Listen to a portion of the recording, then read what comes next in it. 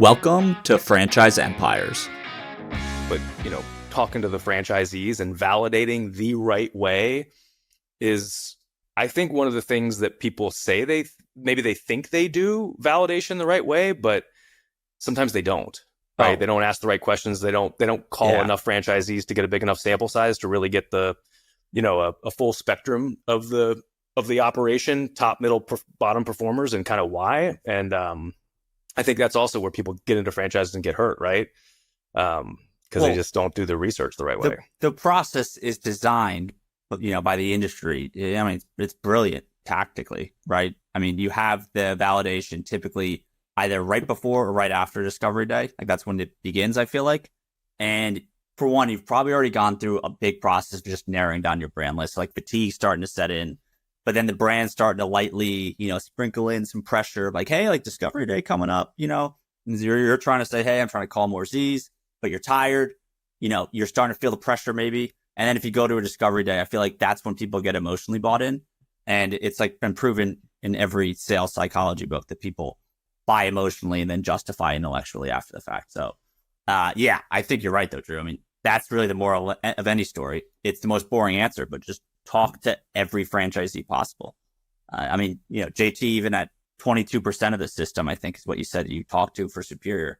That's higher than pretty much 9 out of 10 people I've ever spoken to. Most they just take whoever the franchisor sends them, few phone calls, and then, decision time. Well, it's tough right now.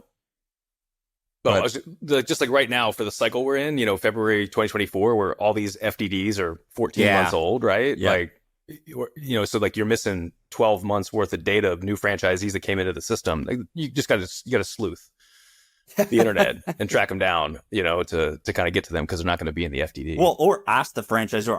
I think it's like it's a red flag if franchisors are like dodging that, in my opinion. I'm obviously like fully on the side of the franchise buyer, but it's just like, I don't know. If you start hiding things, I'm going to get squirmish as a buyer, like every single time. I don't know if it's the franchisor. Sometimes it's just the rep, right? Yeah. The rep's controlling a lot of the information delivery. But I'm lumping. Yeah. That's fair.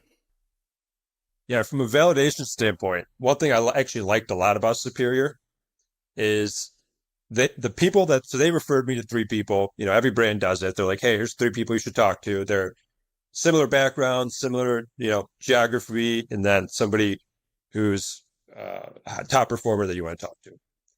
One of the guys that they referred to me, I don't know if they knew this or what, he was like the lowest performer in the system. Like, Superior has really strong validation. This guy was like year 2, still not making money. And I asked him after the fact, I was like, why the hell did you refer me to that guy? From your perspective, from a franchisor perspective, like, I expect you to refer me to the 3 top candidates that are going to sell me on the brand. And they didn't. And then the other piece of it was, so they used to use, Fastlane. They brought franchise development in-house. They're not selling a ton of units anymore. But I spoke with, the brand president, Zach.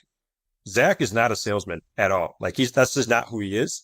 He's a guy who had a $20 million fencing business in Jacksonville. He doesn't sell you at all. Like, when I was asking him, how much should I budget, this and that, he told me a number that was like well below what I would consider conservative. He's like, this is how you should think about it. Budget for this number. Very few franchisors are like that. Usually they're hardcore sales mode. They want to, vaguely tell you you can be a millionaire in, record time, this and that. Zach was like, nope, here's the number you should budget. Here's our business model. Look at it, talk to franchisees. If you want to do it, great. If not, don't do it. It is what it is. Zero salesmanship. I've heard stories. To me, I like that. I was like, I love that. I'm used to the exact opposite, right? Where it's guys who are extremely incentivized with big commissions, get you to buy, leading you to the water and telling you everything that they need to tell you to get you to close. Their process is not like that at all. It probably used to be, but I don't know about today. It's not. I worked with a guy that got close to buying. He was super interested in Superior for all the reasons that you were saying. Went deep, talked to a bunch of franchisees, but he was in this like weird market. It was in the mountains somewhere. So it's kind of a funky market. And Zach wouldn't sell him a franchise because he wasn't confident enough about the demographics in the area and just some of the quirkiness. But it was interesting, like what I learned about Zach is like Zach knows. It seems like Zach knows like all of his franchisees' P&Ls pretty well. Like he looks at their numbers in a way to help support them, not police them.